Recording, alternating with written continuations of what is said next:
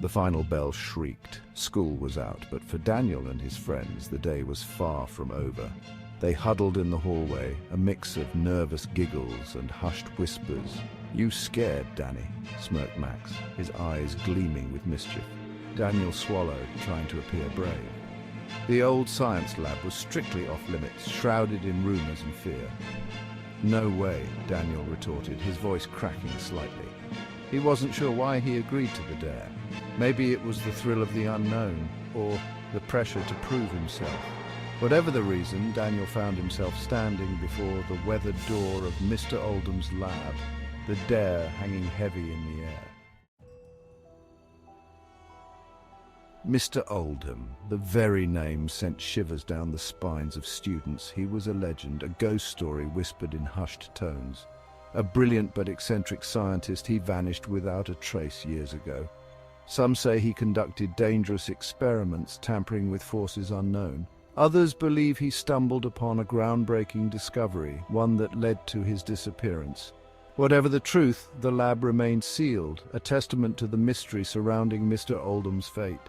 And tonight, Daniel was about to step into that mystery. One by one, his friends backed out. The hallway, once filled with bravado, stood silent. Only Daniel remained, his heart pounding against his ribs. He took a deep breath and reached for the doorknob. It was ice cold beneath his touch, sending a jolt of fear through his body. He hesitated, the weight of the dare pressing down on him. Then, with a mix of trepidation and curiosity, he pushed the door open. Section 4, Into the Abyss. The lab was dark, shrouded in an eerie silence. Dust motes danced in the faint moonlight, filtering through the grimy windows. The air hung heavy, thick with the smell of chemicals and decay. Daniel's footsteps echoed in the stillness as he cautiously made his way inside. He fumbled for his phone, the dim light illuminating the room in flickering bursts. Beakers and test tubes lay scattered on dusty tables, remnants of forgotten experiments. Cobwebs draped the shelves, casting long, eerie shadows that danced in the flickering light. Section 5. Whispers in the dark. A sudden noise pierced the silence, a soft scratching sound that seemed to come from the far corner of the room.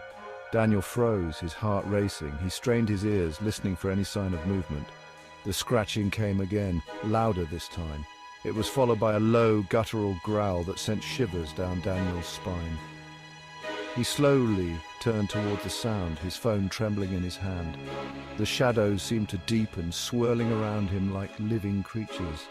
He thought he saw a figure lurking in the darkness, a tall, shadowy form that seemed to disappear as quickly as it appeared. "Hello?" Daniel called out, his voice a shaky whisper. The only response was the echo of his own voice, bouncing off the silent walls. Section 6. A cryptic message. He stumbled upon a table, its surface covered in papers. He picked one up, his breath catching in his throat. It was a handwritten note, the ink faded with time. The key, it read, lies in the shadows. The words sent a chill down his spine. What did it mean? What key and what shadows? Suddenly a voice boomed behind him. "What are you doing in here?" Daniel whirled around, his heart pounding in his chest.